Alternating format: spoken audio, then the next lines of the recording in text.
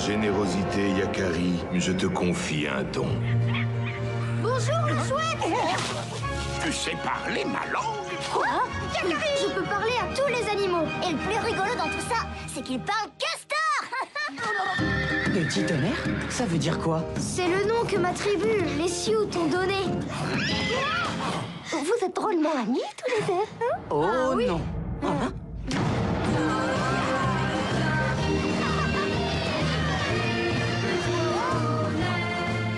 Bonsoir Océane. Bonsoir. Yakari, le héros de bande dessinée, revient, mais alors cette fois on le voit, c'est sur grand écran. Oui, ce héros qui a dans la bande dessinée, c'est un monument. Yakari, il fête ses 50 ans cette année. Alors on le rappelle, Yakari, c'est ce petit Indien d'Amérique qui a le don de parler aux animaux. Voilà, il est toujours accompagné de Petit Tonnerre, son Mustang à la crinière jaune, et il nous fait voyager à travers l'Ouest américain. Alors en quelques chiffres tout de même, Yakari, c'est 40 albums depuis sa création, c'est 5 millions d'exemplaires vendus, qui est traduit en vingtaine de langues. Enfin, c'est un succès et c'est en effet la première fois qu'il est adapté sur grand écran. Alors forcément, De Rib, le dessinateur et le co-créateur suisse de la série, a voulu garder un œil sur la production. Il tenait vraiment à ce que l'essence de Yakari soit gardée, les messages d'amitié, le respect de la nature et des animaux. Alors tout y est, hein. Et d'ailleurs c'est un carton, il est déjà en 3e place du box-office en France.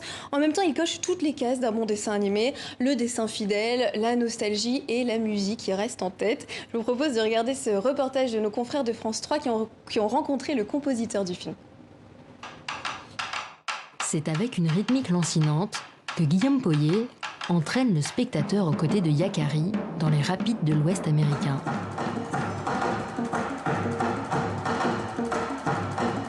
Compositeur depuis 20 ans, il s'est spécialisé dans l'animation jeunesse.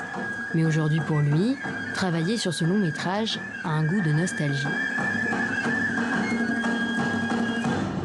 Quand on m'a proposé Yakari, c'était merveilleux. Enfin, après, j'ai pas trop osé m'emballer, mais ce qui me touchait vraiment là-dedans, c'est que moi, je lisais les BD petits parce que mon père était grand amateur de bande dessinée. Donc ça touche à mon enfance, j'ai toujours adoré ce personnage. C'est magnifique, le sujet est superbe. Mettre ça en musique, c'est extrêmement inspirant.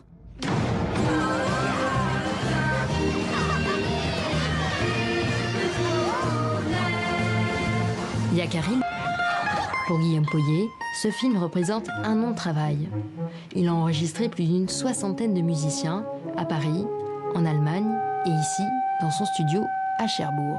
Et moins tenu, plus délicat, c'est des petits bourgeons qui sortent, les gouttes de rosée qui tombent. Faustine est flûtiste professionnelle.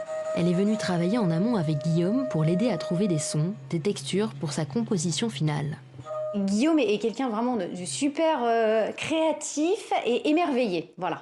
J'ai adoré ce côté et en fait il m'a embarqué dans son truc quoi. Guillaume Poyet s'épanouit dans le monde de l'enfance. Il compose notamment pour la série Choupi, Alice et Lewis ou encore Arthur et les enfants de la table ronde.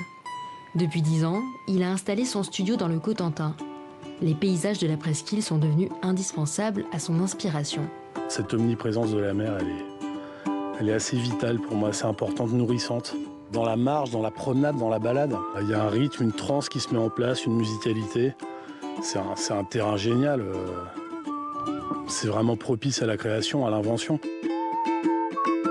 Malgré le calme ambiant de la Hague, Guillaume Poyet n'a pas le temps de s'ennuyer. Pour continuer à faire rêver les petits et les grands, il travaille actuellement sur 7 projets différents. Et on part en Égypte, au Caire. Un site classé patrimoine de l'UNESCO est en train d'être démoli. Et démoli au profit d'une nouvelle route, Océane. Oui, et elle porte plutôt mal son nom, cette route. Elle est prénommée Al Ferdaous, soit la route du paradis.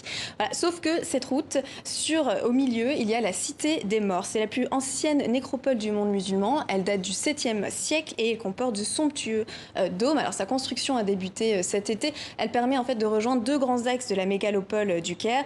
Mais les bulldozers ont déjà ravagé les monuments les plus récents, mais commencent aussi à grignoter les bâtiments qui sont inscrits au patrimoine mondial de l'UNESCO.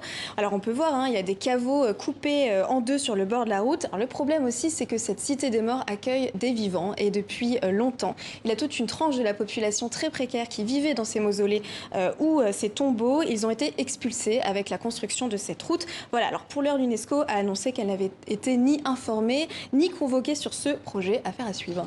On reste à la région, mais on se quitte avec ces images images qui nous viennent de Tel Aviv sur un lac. Oui, ces images qui font plaisir dans ce moment difficile pour la culture. Alors c'est sur le lac du parc Ayarkon à Tel Aviv. Des familles ont pu allier des promenades en pédalo ou en barque avec le cinéma. C'est une nouvelle manière de regarder un film en respectant les distanciations sociales et en plein air. Du coup, regardez, il y a tout un espace qui a été aménagé pour accueillir 70 bateaux devant un écran géant. Et ce soir, c'était Paddington qui était projeté, mais il y a 8 films qui sont programmés, dont 4 pour les enfants. Merci Océane, à bientôt. À demain.